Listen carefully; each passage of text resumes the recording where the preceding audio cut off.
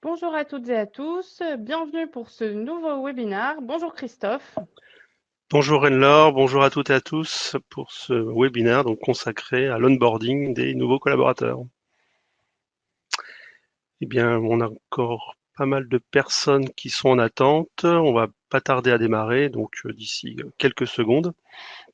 Donc Si, oui, oh, j'allais vas-y dire, si Anne-Laure. vous avez des questions, je vous invite à utiliser le chat. Nous y répondrons en fin de présentation. Et puis, je laisse la parole à Christophe maintenant. Parfait. Donc le webinaire aujourd'hui va être un petit peu cadencé de la façon suivante. Bon, un bref rappel de qui est Falia, c'est quand même important que vous puissiez savoir qui vous avez en face de vous.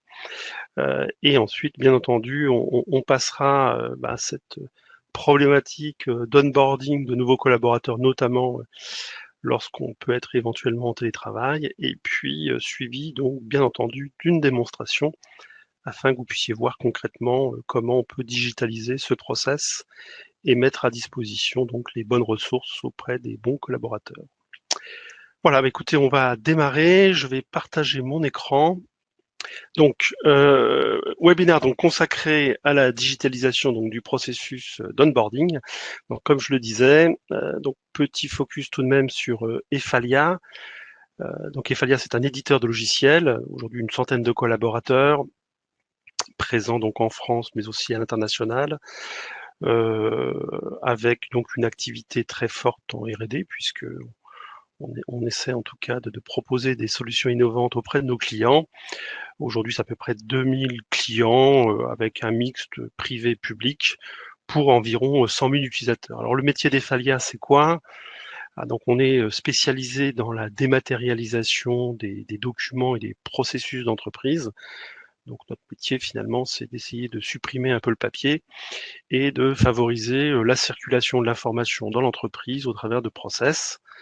Donc pour cela, on a une offre logicielle assez large qui va couvrir aussi bien les domaines de l'éditique, hein, ce qu'on appelle aussi la composition de documents donc aussi bien de masse ou bien unitaire.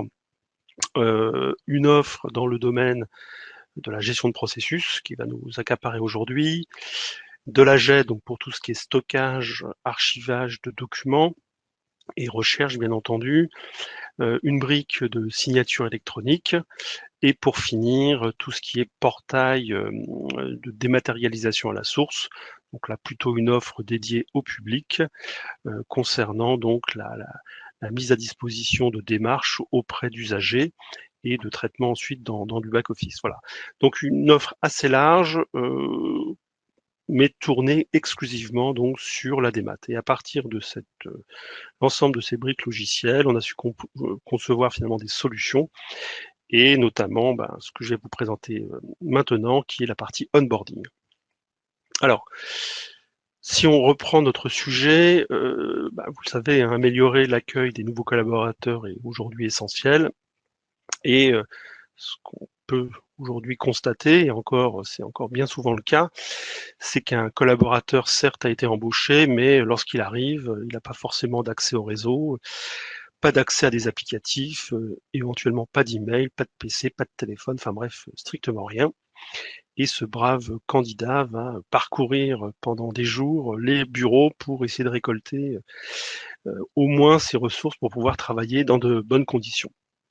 Alors, bien entendu, oublier de préparer en amont l'arrivée d'un nouveau collaborateur n'est pas sans conséquence puisque on va le voir par la suite, c'est que l'image de l'entreprise finalement est un petit peu dégradée. Alors que finalement, on a passé du temps à recruter, essayer de trouver le bon candidat, et que ce processus finalement d'onboarding n'est pas uniquement un processus RH, hein, mais même il est extrêmement critique, et il ne concerne pas en effet que la RH, puisque différents services sont impliqués dans l'onboarding. D'où la nécessité d'avoir et de mettre sous contrôle finalement ce process pour s'assurer que l'ensemble des services impliqués dans l'accueil de ce nouveau collaborateur soient informés et qu'on puisse avoir une gestion efficace de bout en bout de l'ensemble de ce processus. Par conséquent, si on fait les choses un petit peu de travers, on va partir finalement sur un mauvais départ, Mauvais départ d'une part parce que le candidat nouvel arrivé finalement aura une impression assez mauvaise de l'entreprise, on n'a pas été capable finalement de l'accueillir dans de bonnes conditions. Autre point, on n'aura aucun suivi dans la mise à disposition des ressources qu'on a pu mettre pour ce collaborateur. Donc ce qui implique éventuellement un risque sur un plan de la sécurité, typiquement si on lui met à disposition des applications pour lesquelles il n'a pas les droits, ou inversement, je sais pas moi, un badge d'accès open bar à l'ensemble des bureaux, alors qu'il y a peut-être des zones restreintes, par exemple, et une perte de temps et d'énergie pour tout le monde, puisque chacun va devoir courir le jour J à essayer de satisfaire les demandes de ce nouveau collaborateur. Donc important, voilà, d'avoir au moins un process pour mettre en œuvre cela, pour éviter ce mauvais départ.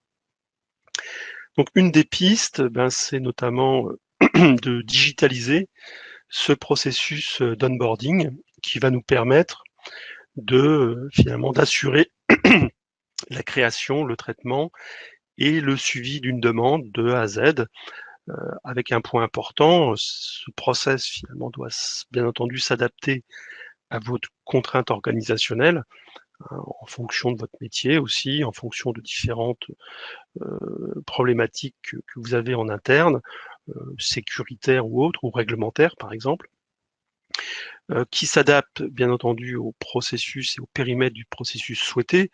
Ça ne sert à rien de mettre en place une usine à gaz si vous accueillez quelques collaborateurs par an, et de la même façon, quid de ce processus dans le processus global, entre le moment où on va éventuellement sourcer un candidat, où on va valider, créer et faire signer son contrat de travail. Voilà, donc il y a forcément par rapport à l'onboarding des process amont et aval qu'on va pouvoir éventuellement intégrer. Donc d'où l'intérêt aussi que cette solution puisse éventuellement anticiper des besoins futurs sans pour autant à chaque fois se remettre en chasse d'une nouvelle solution pour couvrir un nouveau périmètre. Donc pour cela, pour refaire le lien avec nos activités au sein d'Ephalia, je vous ai dit qu'on était notamment éditeur d'une plateforme de gestion de processus qu'on peut aussi appeler plateforme low-code, et c'est notamment sur cette plateforme qu'on a mis en place ce process d'onboarding. Alors c'est quoi en quelques mots? Je ne vais pas vous saouler avec cette approche low-code, mais l'idée c'est de pouvoir produire facilement, rapidement et surtout sans développement des applications métiers qui vont couvrir un périmètre qui aujourd'hui ne sont pas couverts par votre système d'information. Donc l'idée, c'est un peu de boucher les trous de la raquette, si je puis dire, et apporter des solutions qui apportent réellement une plus-value auprès du métier.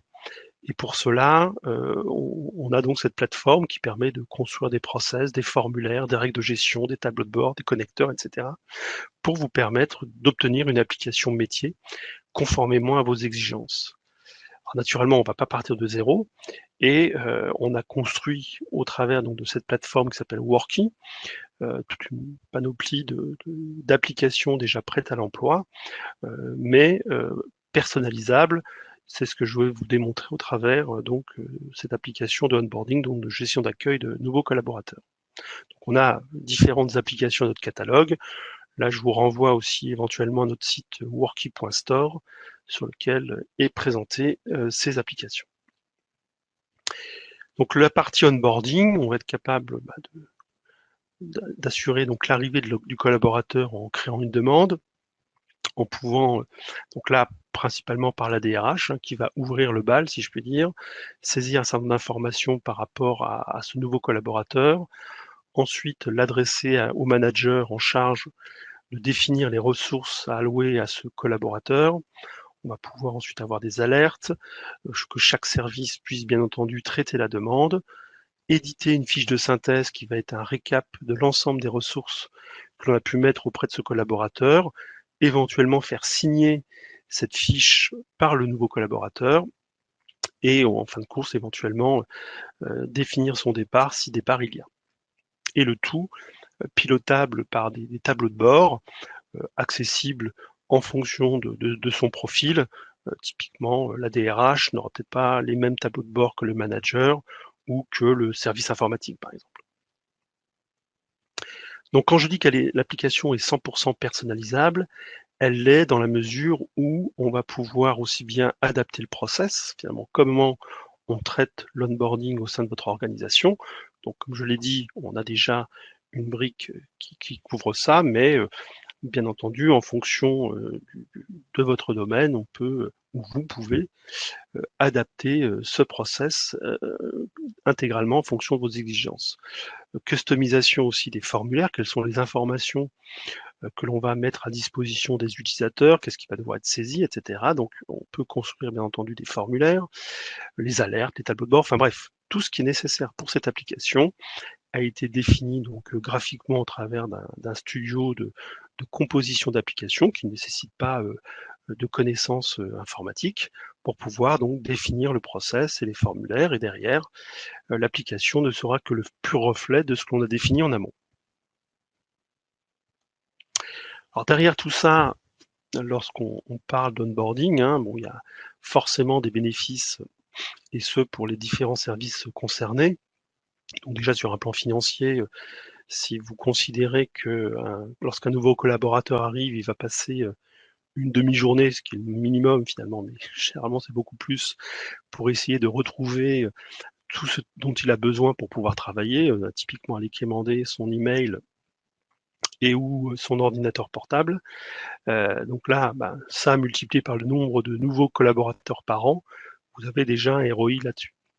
Ensuite, sur un plan surtout qualitatif, c'est l'image de la société. C'est comment améliorer cette image, et le fait d'anticiper l'onboarding de votre collaborateur, forcément, vous allez y gagner.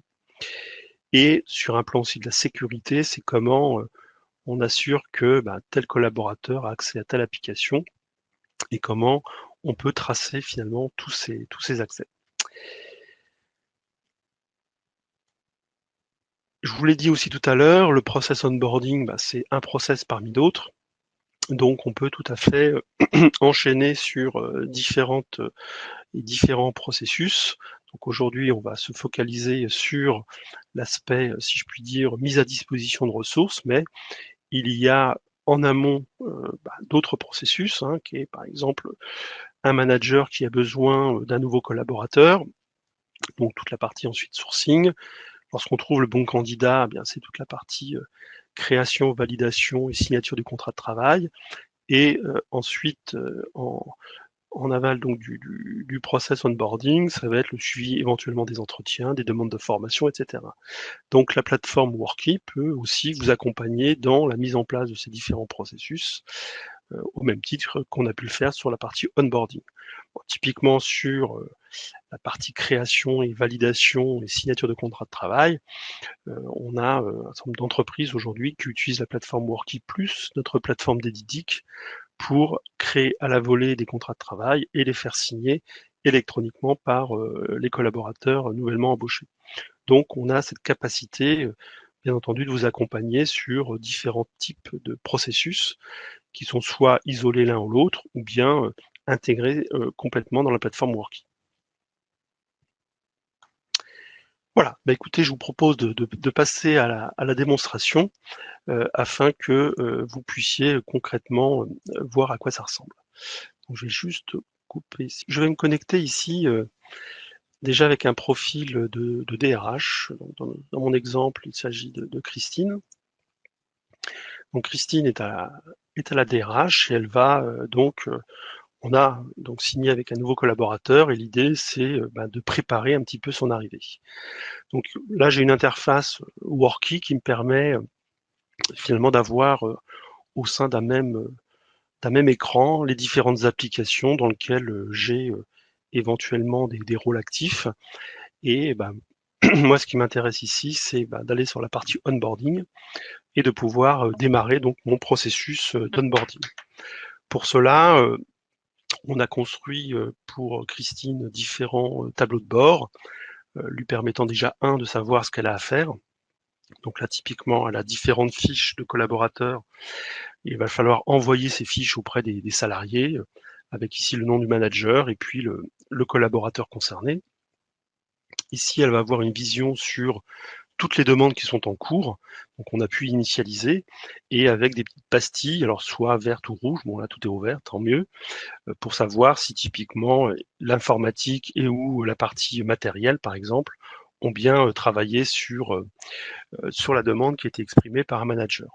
Alors j'ai la possibilité éventuellement de dire bah tiens moi je veux toutes les demandes classées par manager, et là je vais avoir toutes les fiches d'accueil que j'ai pu distribuer au sein des différents managers, donc soit Emmanuel, Eric Alexandre, Fabrice, etc., etc.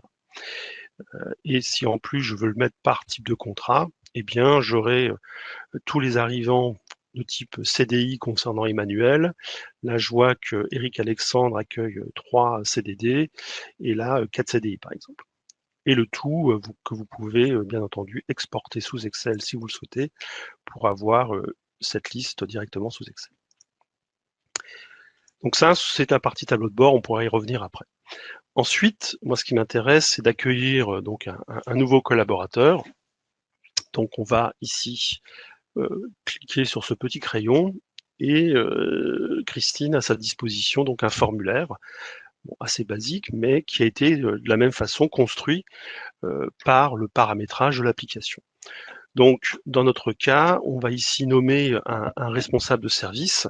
Donc, j'ai la possibilité d'aller chercher ici un responsable. Donc, je tape les premières lettres. Donc, moi, je sais que c'est Nicolas qui va se charger d'un nouveau collaborateur qui va arriver. Donc, Nicolas appartient au service des études. Donc, là aussi, on a derrière un référentiel permettant d'aller chercher les personnes en tant que responsable de service et éventuellement de nommer la direction concernée. Si j'ai saisi éventuellement un matricule dans un SIRH, j'ai la possibilité de m'interfacer aussi avec en tapant uniquement le matricule et ça va aller me chercher les coordonnées du collaborateur qui a déjà été enregistré dans le SIRH.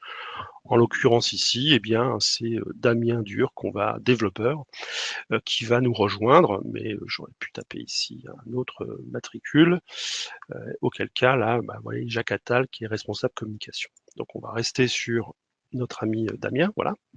Donc Damien nous rejoint avec ici un poste, on va dire un CDD par exemple. Donc comme c'est un CDD, bien entendu, il va falloir que je remplisse la date de fin. Si je suis sur un CDI, je mets une date d'arrivée sans pour autant, bien entendu, mettre une date de fin. Donc on va dire que Damien va arriver par exemple le 1er avril. Et puis on va faire un contrat très court qui va s'arrêter par exemple au 23 avril.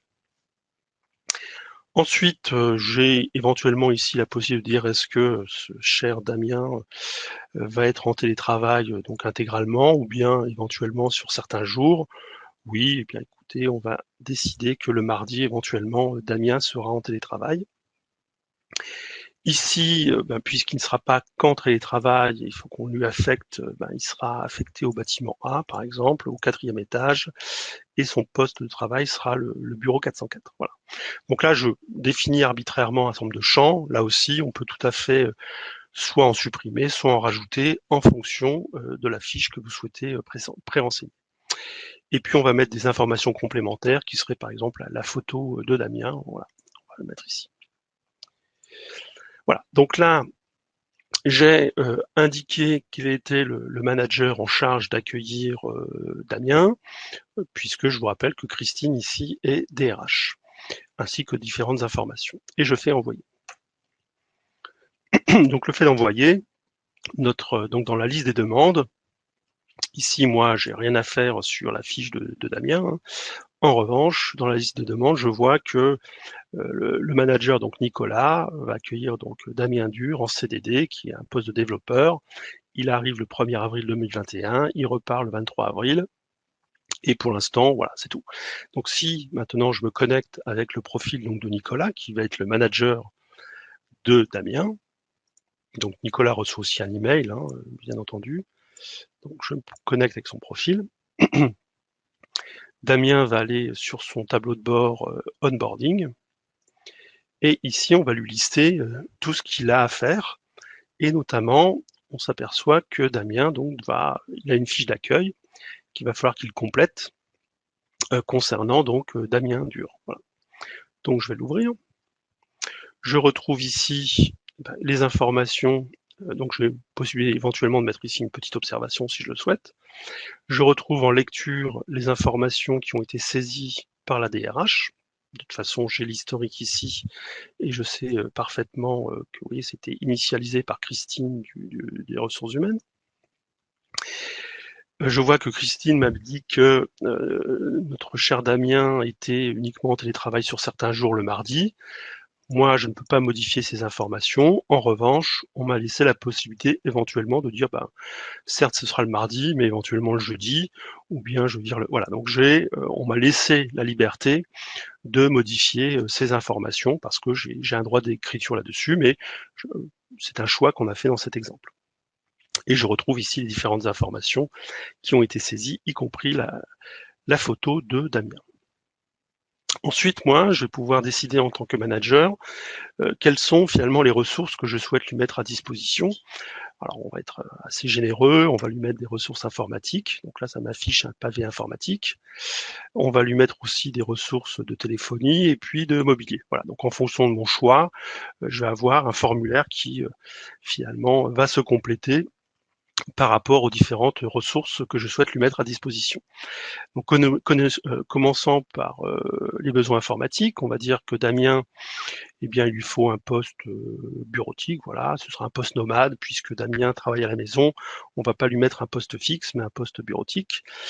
Bien entendu, il lui faudra un accès VPN, il lui faut bien entendu un email, et puis un accès, alors là, uniquement via VPN, c'est-à-dire qu'il ne pourra pas sortir avec son poste sur autre chose que, voilà, il faudra absolument qu'il passe par notre VPN. Ensuite, il lui faudra un accès à l'application Worky avec éventuellement ici un utilisateur simple, rôle par exemple ici demandeur, et puis voilà, un accès, je sais pas moi, un environnement env de dev, par contre là avec un profil administrateur, développement,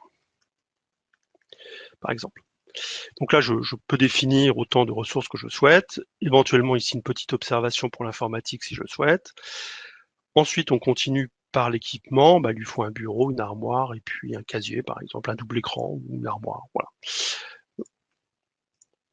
Ensuite, puisque Damien est en CDD, on va quand même lui faire un badge avec un accès restreint, c'est-à-dire qu'il ne pourra pas accéder partout. Et là, pareil, je pourrais éventuellement indiquer quels sont les accès restreints, ou bien par une liste déroulante préciser qu'il a accès qu'à la salle informatique, par exemple. Donc, comme je l'ai dit, les formulaires sont complètement adaptatifs.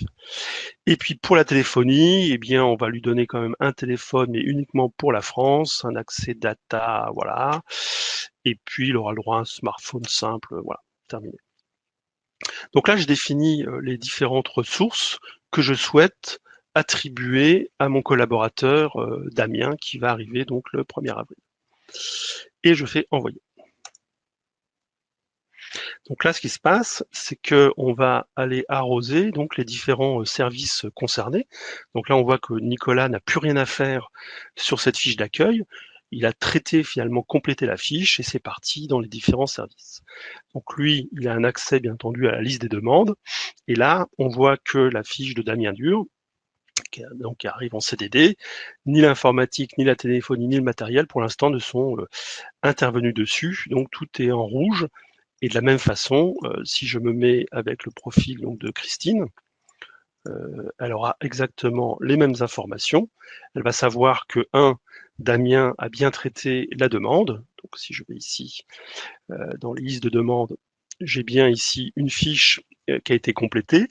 En revanche, elle est en cours de traitement. Et de la même façon, je vois que tout est rouge pour l'instant. D'accord ?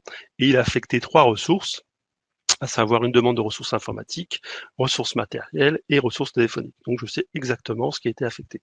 Donc cette liste-là, on pourrait tout à fait l'étendre à d'autres domaines, par exemple mise à disposition d'un véhicule, etc., etc. Donc maintenant, je vais mettre dans la peau des différents intervenants ici, informatique, matériel, téléphonie, pour pouvoir assurer la demande. Donc on va commencer par alors test 2, voilà, qui est une personne, je crois, de l'informatique. Ça, c'est pas grave, fermé. Et quand l'interlocuteur se connecte, si ça veut bien s'afficher, voilà. dans son tableau de bord onboarding, lui, vous voyez qu'il a beaucoup moins de tableaux de bord, il a à traiter la liste des ressources allouées, et dans sa liste de tâches, il a une demande de ressources informatiques qu'il va falloir traiter. Hein.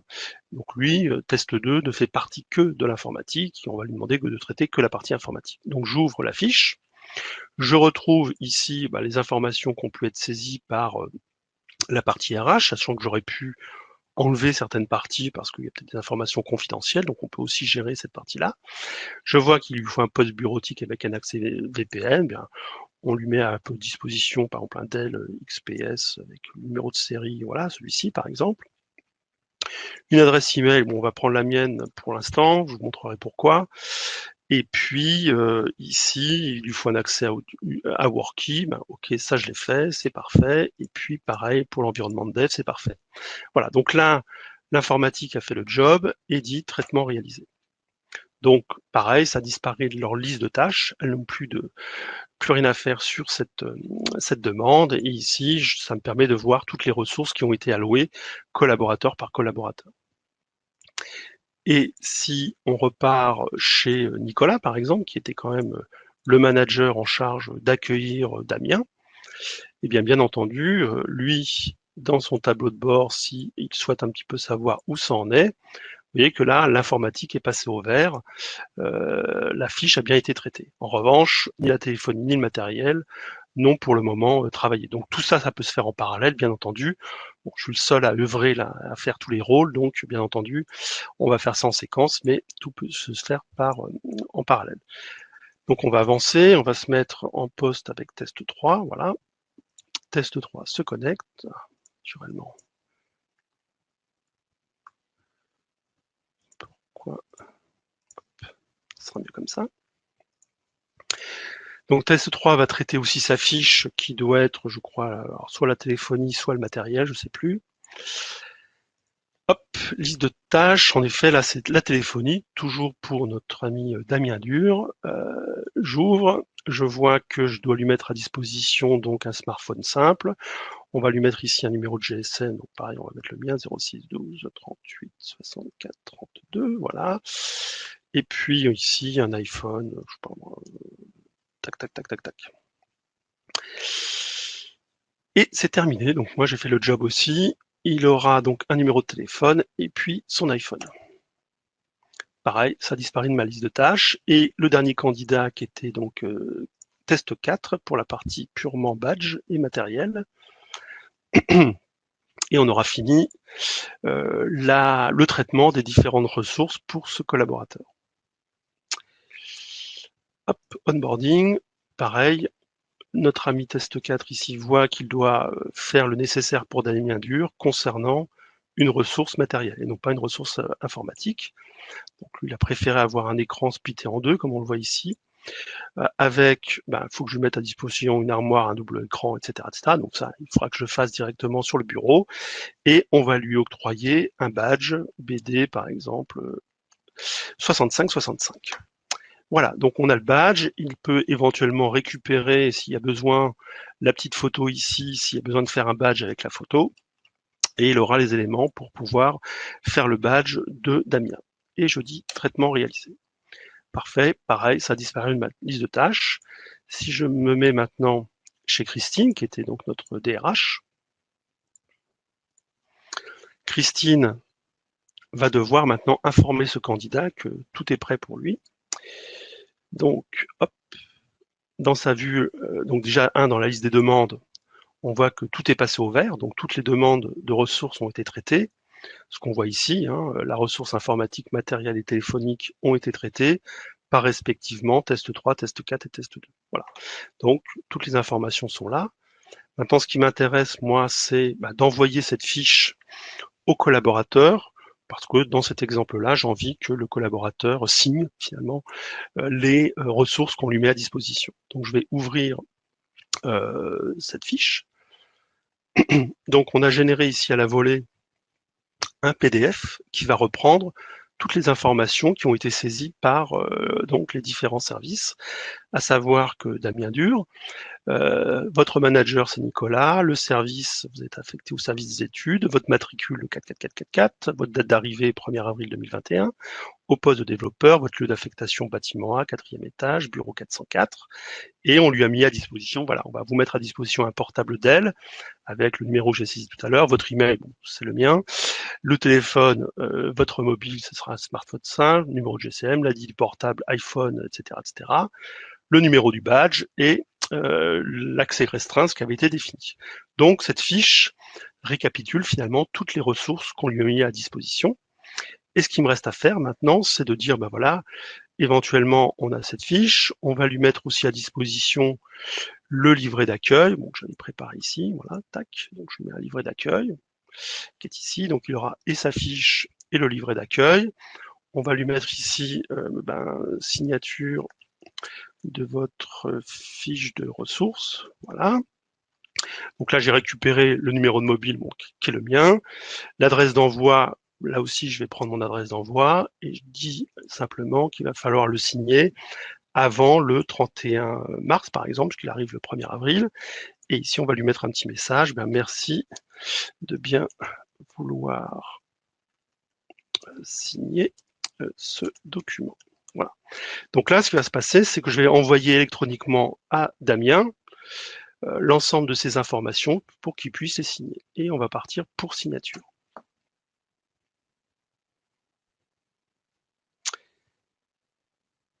Voilà. Donc, Christine, dans sa liste de demandes, elle sait que maintenant, sa fiche est partie à signer. Et en principe, donc Damien va recevoir un email. Alors, comme c'est directement sur ma boîte mail, on va voir si je le reçois.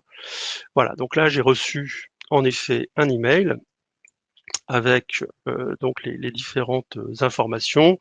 On va peut-être télécharger les images, non, on ne veut pas. Christophe vient de déposer un nouveau contrat donc à signer. Pour signer ce contrat, rendez-vous sur blablabla. D'accord, donc, et avec mon commentaire, merci de bien vouloir signer ce document. Donc on va l'ouvrir. Et là, je retrouve, donc là, je suis dans la peau, il faut imaginer Damien Dur, qui est le futur candidat. Bonjour Damien Dur, bienvenue sur MGSI, voilà. L'outil de signature en ligne simple mobile, Christophe Bastard a déposé un contrat pour vous. Il va falloir que je signe. Donc là, Damien, directement depuis chez lui, peut voir donc sa fiche qui lui a été attribuée, donc il n'a pas accès à la plateforme, c'est directement par la plateforme web, où il peut aussi bien consulter donc le document de ressources que son livret d'accueil éventuellement. Okay, on va ici le signer, j'ai lu et j'approuve. De la même façon, ça arrive sur mon mobile. Bon, je vais taper ici le code SMS que j'ai reçu pour pouvoir donc dire que j'ai signé le document. J'ai lu et j'approuve. Voilà, donc maintenant, la fiche de ressources a été donc signée. Et par conséquent, donc, je vais repartir dans l'environnement de Christine. Donc là, c'est toujours à signer, soit ça s'est pas rafraîchi, mais on va attendre. Soit on va forcer un petit peu, mais on va peut-être attendre. Christine, de la même façon, reçoit un email lui disant, vous voyez, Damien Dur vient de signer le contrat de fiche de ressources, vous pouvez continuer l'avancement. Et au final, on aura aussi un dernier mail que tout est clôturé, c'est-à-dire que l'ensemble des documents, parce que imaginons qu'il y ait 2 signatures possibles, on aurait la clôture du dossier. Donc au fur et à mesure qu'on est notifié sur les signatures des documents. Alors, je vais juste revenir sur ma fiche ici. Bon, ça se remettra à jour tout à l'heure, on verra bien. Autre point, et les tableaux de bord proposés sont éventuellement tout ce qui est départ programmé dans les 30 jours. Donc, en fin de compte, tous les collaborateurs qui, dans les 30 prochains jours, vont partir, vont être listés ici, afin que je puisse informer, moi, en tant que DRH, les managers, en leur disant, attention, telle personne va partir tel jour. Ici, je vais avoir la liste de tous les départs, donc toutes les personnes qui sont déjà parties, avec pareil, leur nom, etc., etc. Ici, la ventilation des arrivées et des départs mois par mois, donc si on prolonge jusqu'au 30 avril par exemple, même mois de mai, voilà, 1er mai. on va avoir ici une courbe qui me présente tous les arrivées. Donc typiquement au mois de mars, j'ai 7 arrivées et j'ai 2 départs. Et si je veux savoir lesquels, je les retrouve ici. Et sur le mois d'avril, pareil, vous voyez que sur le mois d'avril, il y a bien Nicolas qui va arriver. D'accord? Donc on a bien toutes ces informations concernant les différentes entrées et arrivées de collaborateurs. Et de la même façon, je peux avoir ici un tableau de bord qui va me lister la ventilation des différentes arrivées et différents postes au sein de mon établissement et avec ici les... Voilà. Donc je retrouve bien ici dans les développeurs les différents éléments dont Damien qui va arriver. Alors revenons, j'espère que ça a été synchronisé. Dans la liste de demandes, on a bien voilà la demande qui est maintenant donc archivée. Donc Nicolas a bien reçu et terminé les éléments.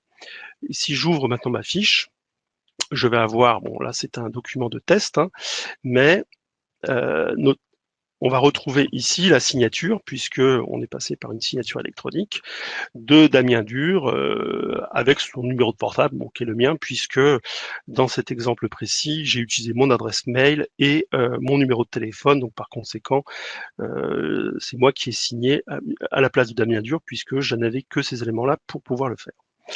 Mais en tout cas, ce qui est intéressant, c'est que on a la preuve ici que Damien a bien, en tout cas, validé les ressources qu'on lui met à disposition. Ensuite, puisque Damien part finalement le 30, je ne sais plus ce que j'ai mis comme date de départ, le 23 avril, et que c'est bien, il part bien avant, dans les 30 prochains jours. Donc de la même façon, le système va automatiquement alimenter ma vue, à savoir celle-ci. C'est le cas, voilà. Tout à l'heure, on n'avait que 2 entrées, maintenant on a une 3e, où là, il va falloir programmer le départ de Damien, puisqu'il part le 23 avril. Hein, donc, on est bien dans les 30 jours. Donc, si Damien partait au mois de mai, il n'aurait pas été dans cette vue. Donc, ça va lister exclusivement donc, les demandes de départ qui ont été programmées.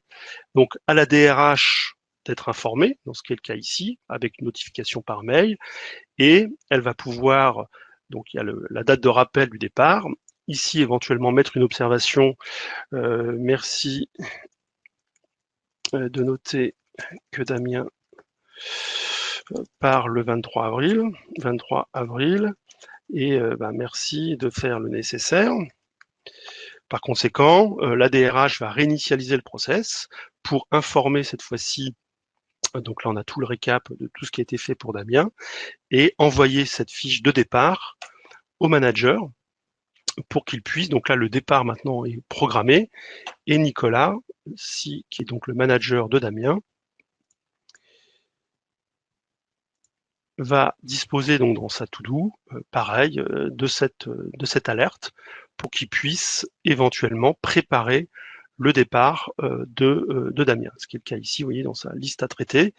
Cette fois-ci, il n'a plus une fiche d'accueil, mais une fiche de départ. Le départ est programmé et on va lui demander de superviser le départ de Damien.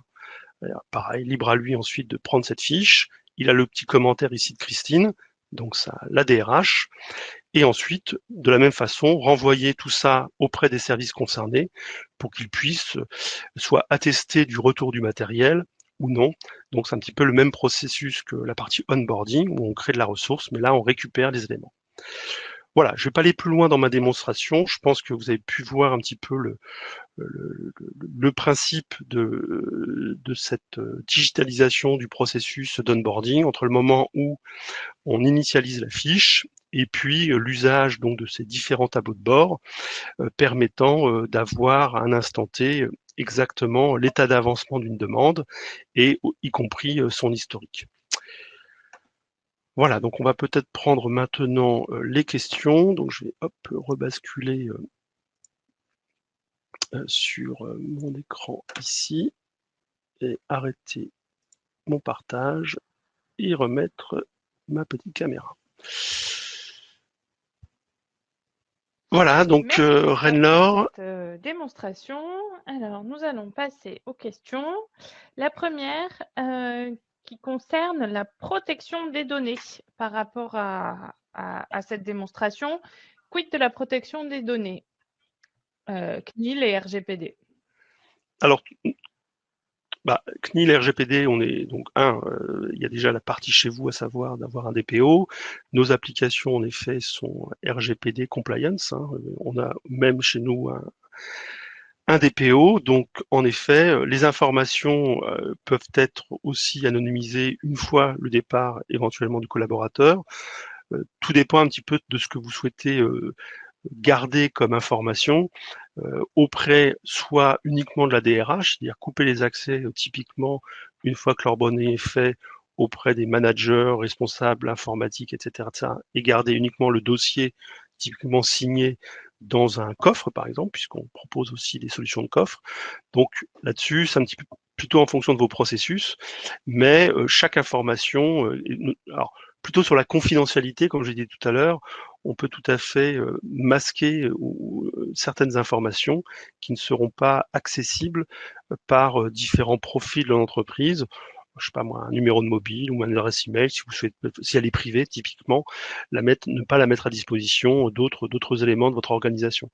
Donc là-dessus, on peut vraiment jouer très très finement sur les champs, puisque la granularité d'affichage ou non, ou même de suppression étant le champ. Merci Christophe. Il n'y a pas eu d'autres questions pour l'instant. On va laisser tout le monde poser ses questions.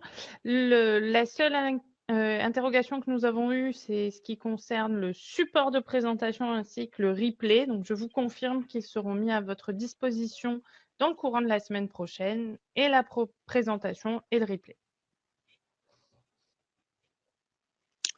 Voilà, donc ce qu'il faut surtout retenir, c'est donc la souplesse concernant le processus. Là, je vous ai montré un exemple, bien entendu, d'onboarding, mais ça s'adapte intégralement à tout type d'entreprise, aussi bien de la PME aux grandes entreprises, puisqu'on a pu l'expérimenter sur différents types d'entreprises, même avec des mouvements de collaborateurs à l'international. Donc là, on est plutôt dans des démarches soit d'impatriation, soit d'expatriation de collaborateurs.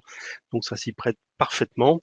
Ce qu'il faut, voilà, c'est identifier le processus. Ça, vous avez la connaissance dessus. On propose en effet là un squelette, mais qui peut bien entendu être enrichi en fonction de votre expérience. Écoute, Renlor, s'il n'y a pas d'autres Eh bien, questions, si on va se elles arrivent, libérer. Christophe. Quels sont vos clients? Ah, très bien. Alors nos clients, comme je viens de le dire, c'est de la PME aux grandes entreprises. Donc principalement, alors sur la partie onboarding, plutôt privé. Donc c'est voilà, je vous invite à aller sur notre site. On a différentes références. Aujourd'hui, c'est plus de 2000 clients côté Efalia. Alors pas tous, bien entendu, sur un processus d'onboarding, mais on a une expérience, par exemple dans le BTP, pour notamment gérer des processus d'onboarding là plutôt expat et impatriation de collaborateurs. Ça va être sur des entreprises plutôt PME pour gérer alors aussi la partie réglementaire, typiquement mise à disposition de matériel, je sais pas moi, chaussures de sécurité, etc., nécessaires lorsqu'un nouveau collaborateur arrive, et s'assurer que on lui a bien mis à disposition. Donc tracer en fin de compte tous ces événements-là sont aussi gérés par la plateforme. Est-ce multilingue? Alors on gère le multilinguisme absolument. Donc par défaut, il y a la langue de modélisation donc, du processus. Dans mon cas présent, c'est français. Mais ensuite, vous pouvez avoir un fichier de ressources de langue que vous pouvez traduire dans N langues. Et donc, même application peut s'exécuter dans différentes langues. En gros, je suis DRH en France, je vais saisir mon formulaire en français, via un formulaire français. Mais si mon manager est en Italie, bien entendu, ce que j'ai saisi reste dans la langue saisie. En revanche, le formulaire, lui, sera en italien. Avez-vous déjà déployé cette solution dans les administrations publiques? Alors, il faudrait qu'on vérifie. Je ne sais pas. Je ne peux pas vous répondre. Il me semble que oui. Alors, je suis pas le spécialiste du domaine public, mais en fin de compte, il n'y a pas de grosses différences, à part peut-être un aspect réglementaire. Mais là, il faudrait qu'on interroge nos chers commerciaux du public et voir si on a eu cette expérience dans le domaine public. Il me semble que oui, avec un conseil départemental, mais voilà, je préfère mettre ça entre guillemets, mais il me semble que oui, pour un conseil Est-ce un départemental. outil qui peut s'interfacer avec d'autres solutions RH? Alors oui, hein, enfin c'est de toute façon, ce type de process ne peut pas être tout seul dans son coin et même dans la globalité des projets qu'on a pu mener sur Worky, dans 99% des cas, on est interfacé avec un système externe, donc que ce soit SIRH ou d'autres logiciels, et par conséquent, on va s'appuyer soit sur des web services, hein, exposés par le SIRH, on l'a fait par exemple sur du HR Access, ou bien ça peut être par des connecteurs classiques type SQL, mais dans bon nombre de cas, on passe par des web services. Et Worky le permet complètement. Merci Christophe. Écoute, je crois que nous arrivons au bout des questions. Je laisse juste quelques instants si jamais il y avait d'autres questions de dernière minute. N'hésitez pas, si vous avez d'autres questions, à nous les envoyer soit via le chat, soit même par email à l'adresse contact@efalia.com. On pourra ainsi les rediriger vers les bonnes personnes, notamment concernant ces références sur le déploiement de la solution dans les administrations publiques. Voilà, exactement. Et puis, si vous souhaitez donc approfondir ce sujet, bien entendu, on peut organiser donc une session de démonstration, peut-être plus focus sur une de vos problématiques de onboarding et donc éventuellement maqueter un process. Enfin, la solution Worky s'y prête parfaitement.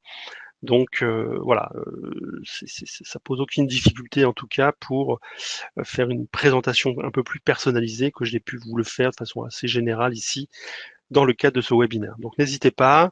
Comme l'a dit Renlor, les replays seront disponibles donc semaine prochaine. Donc vous pouvez bien entendu les diffuser et puis nous demander auprès de soit de votre commercial, soit directement par nos formulaires en ligne sur le site efalia.com un peu plus d'informations et ou worky.store, hein, je vous invite aussi à y aller pour Merci demander des beaucoup. Merci compléments. Christophe et merci Emma qui est aux manettes Ben, dans le chat. oui, qu'on n'a pas entendu, mais voilà, merci Emma. Merci à vous tous.